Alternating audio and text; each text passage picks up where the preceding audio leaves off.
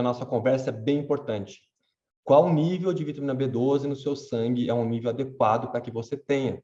Essa pergunta ela é feita o tempo inteiro e eu quero te dar toda uma base de entendimento para saber qual é o valor e como eu cheguei nesse valor. Então, quando a gente pensa sobre isso, é importante, né, que a gente saiba que a vitamina B12, quando deficiente, ela traz duas principais manifestações, a de ordem neurológica e hematológica. Então, a parte neurológica se manifesta por alteração de concentração, memória, atenção, foco. Essas são as manifestações mais iniciais. E no estágio mais final é onde eu vou ter alteração na formação das células vermelhas. Então, no estágio bem avançado, eu vou ter uma anemia, as células vermelhas ficam baixas, a hemoglobina fica baixa, e a célula fica com um tamanho maior, né? Uma anemia megaloblástica, como a gente chama. Sempre lembrando que a anemia é sempre a última manifestação de qualquer deficiência nutricional que envolva a formação de células vermelhas. A faixa de referência que os laboratórios colocam podem variar um pouquinho.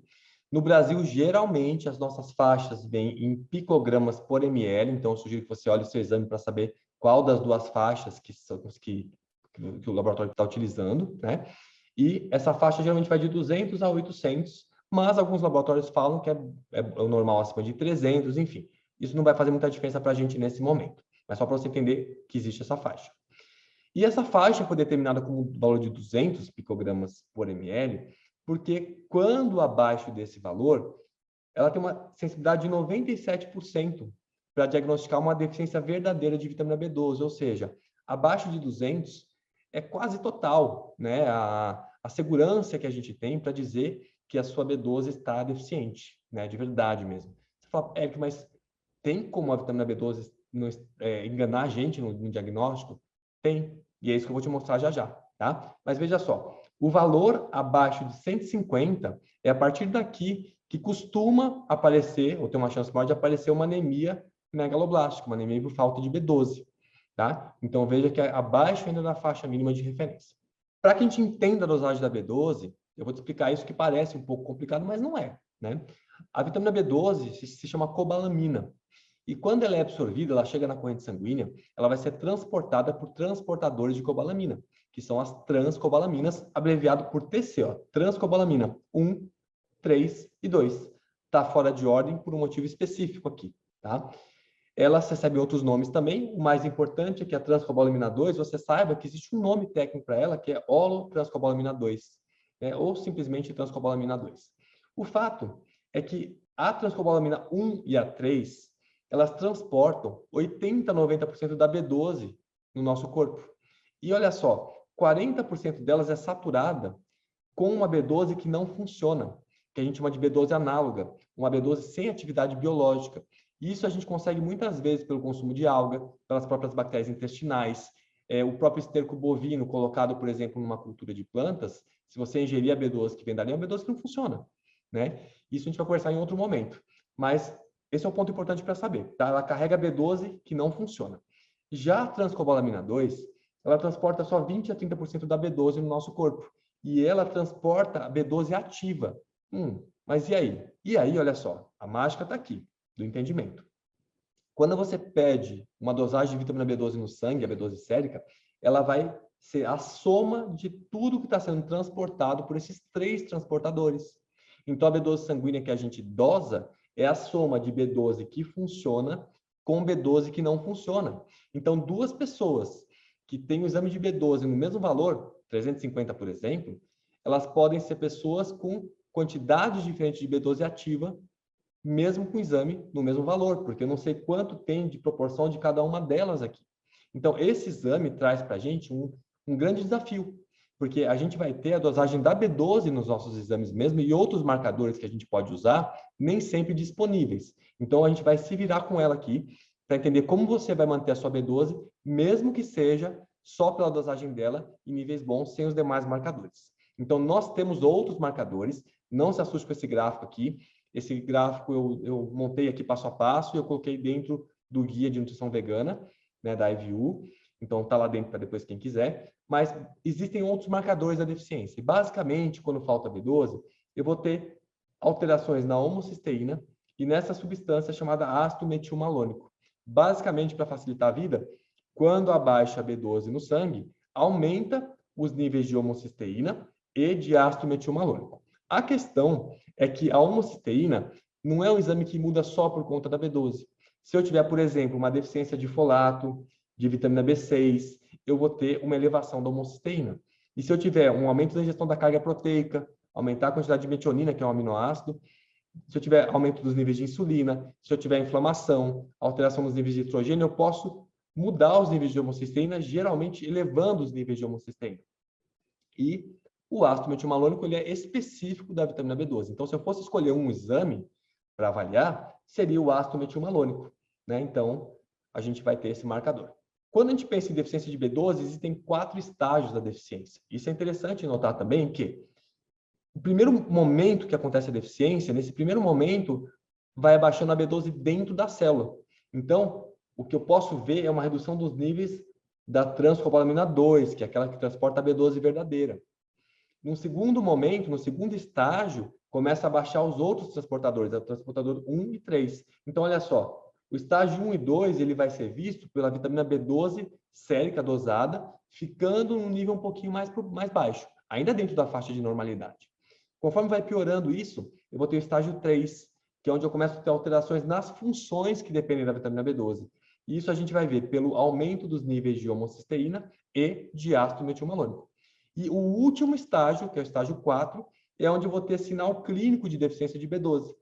Né? E eu vou ter alteração no hemograma, que é onde eu posso ter alteração nas células vermelhas e no tamanho delas, manifestado pela anemia megaloblástica. Bom, e aqui tem um conceito muito importante para a gente ter. É diferente, em termos nutricionais, em termos metabólicos, nutrológicos, você ter um exame dentro da faixa de referência e você ter um exame mostrando um nível ótimo pelo qual esse nutriente te fornece a melhor condição metabólica. Então, você pode estar com o exame dentro da faixa, mas não é o melhor nível para manter suas funções metabólicas. Então, baseado nesse contexto, ou nesse conceito, a gente precisa saber qual que é o nível bom de vitamina B12 para a gente ter mesmo. E isso é discutido há muito tempo na literatura. Aqui, só para a gente ter uma ideia, a gente vai ter aqui o nível de B12 aqui embaixo e uma avaliação de homocisteína e de ácido metilmalônico. Eu vou passar aqui só para ver o ácido metilmalônico, que é o mais específico, tá? Então, vamos ampliar isso aqui. Veja só. Aqui eu estou com aquela referência que não é brasileira, né? Que é picomol por litro. Né? Então, se eu for transformar esse valor de 400 aqui em picograma por ml, o valor é 542. O que esse gráfico mostra aqui? Que a B12, mesmo dentro da faixa de referência, conforme ela vai aumentando, vai abaixando os níveis de ácido metilmalônico. Então, a gente vê que tem uma faixa, que é essa faixa aqui, que é uma faixa de insuficiência metabólica. É uma faixa onde eu não dou a melhor condição para a boa formação do tubo neural, né, nas mulheres que engravidam, onde eu não dou a melhor condição para o metabolismo cerebral, onde eu tenho um risco maior de atrofia cerebral, de demência, de vários quadros específicos por falta de B12. Então, conforme eu levo a B12 para um nível melhor, eu consigo deixar esse corpo funcionando numa condição mais adequada. Então, esse estudo aqui sugere esse valor. Veja só, esse aqui é um estudo bem interessante, não se assuste com essas tabelas aqui. Basicamente é o seguinte, ó, nesse eixo aqui vertical, está os níveis de ácido metilmalônico dosados. E então, esse risco mostra o seguinte, acima desse valor, né, do ácido metilmalônico, é uma deficiência de B12. Abaixo desse valor é uma suficiência de B12. E aqui ele cruzou com os níveis de vitamina B12 sanguínea. E ele encontrou o seguinte, existe uma faixa de B12, e essa faixa foi considerada de 490 picogramas por ml, que é uma faixa de segurança. Por quê? Porque abaixo desse valor, muitas pessoas ainda tinham nível de ácido metilmalônico elevado. Então, dentro da faixa de referência, tem pessoas que estão com deficiência de B12. Mas então quer dizer que eu posso ter um exame dentro da faixa, por exemplo, eu posso ter aqui, 300 picogramas por ml, que é essa dosagem aqui, e ter uma B12 suficiente? Posso. Eu posso estar com nível abaixo de 490 e ter suficiência de B12, mas eu também posso ter uma deficiência com esse mesmo valor. Por isso, ele colocou como uma faixa de referência aqui a ser utilizada como uma faixa de segurança. Da mesma forma, o nível de homocisteína preconizado, segundo esse estudo, é abaixo de 8. Veja esse estudo que interessante também. Indivíduos adultos, nessa quantidade de pessoas, e idosos. Aqui está somado, né, esses dois grupos. Veja que interessante os níveis de B12. Lembrando que essa faixa está em picomol por litro. E a gente tem como referência aqui 360, que é mais ou menos aqui, equivale a 490 do nosso exame brasileiro. Veja que ainda não foi o nível mais baixo, que a gente encontrou de homocisteína e de ácido metilmalônico. Então, existe claramente essa associação, que quanto mais eu elevo esse nível de vitamina B12, melhor ficam os meus níveis de homocisteína e de ácido metilmalônico. Então, se eu for pegar o ácido metilmalônico, que é o mais importante, existe uma queda muito acentuada até esse valor próximo de 400 aqui. Depois continua descendo, mas com uma inclinação de curva menor. Esse outro estudo mostrando a mesma coisa. Nível de ácido metilmalônico e nível de homocisteína reduzindo conforme aumenta os níveis sanguíneos de vitamina B12. E vamos pensar aqui, né, que os nossos 360, que é 490, vai dar mais ou menos aqui, né, que para a homocisteína vai dar mais ou menos aqui nesse valor. Estudo interessante aqui, com mais de 18 mil pessoas, homens e mulheres. E a gente vê que conforme aumenta os níveis de homocisteína, aumenta todas as causas de mortalidade, as hospitalizações por doença cardiovascular e desfechos negativos na gestação. Isso não é causa e efeito, isso é uma associação, tá? Mas o interessante é que conforme aumenta os níveis de vitamina B12 e de folato, olha o que acontece com o nível de homocisteína, vai abaixando.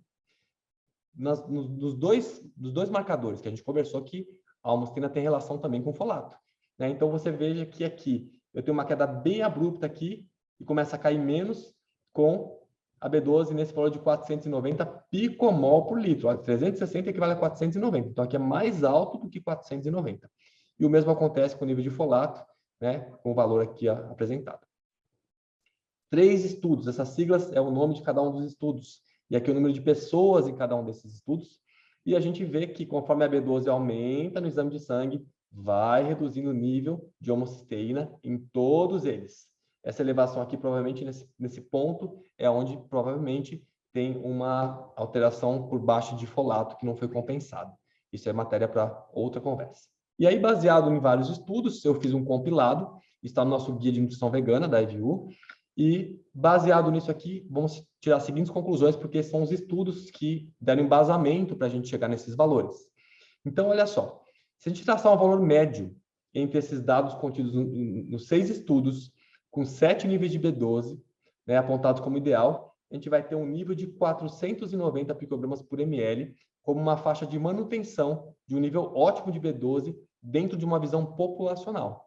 Por que visão populacional? Porque eu estou falando para muita gente ao mesmo tempo. Se você tem um profissional de saúde que te acompanha e ele entende da avaliação de B12, ele vai dizer qual nível é bom para você.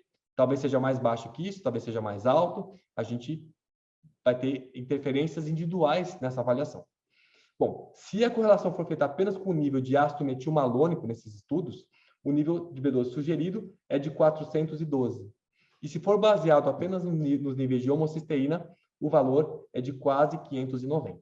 Tem 2 pontos fora da curva que eu tenho que contar porque eles apareceram. Um deles diz que a B12 boa já ficaria boa acima de 204 e outro dizendo que seria boa em 816. Então, são os pontos fora da curva.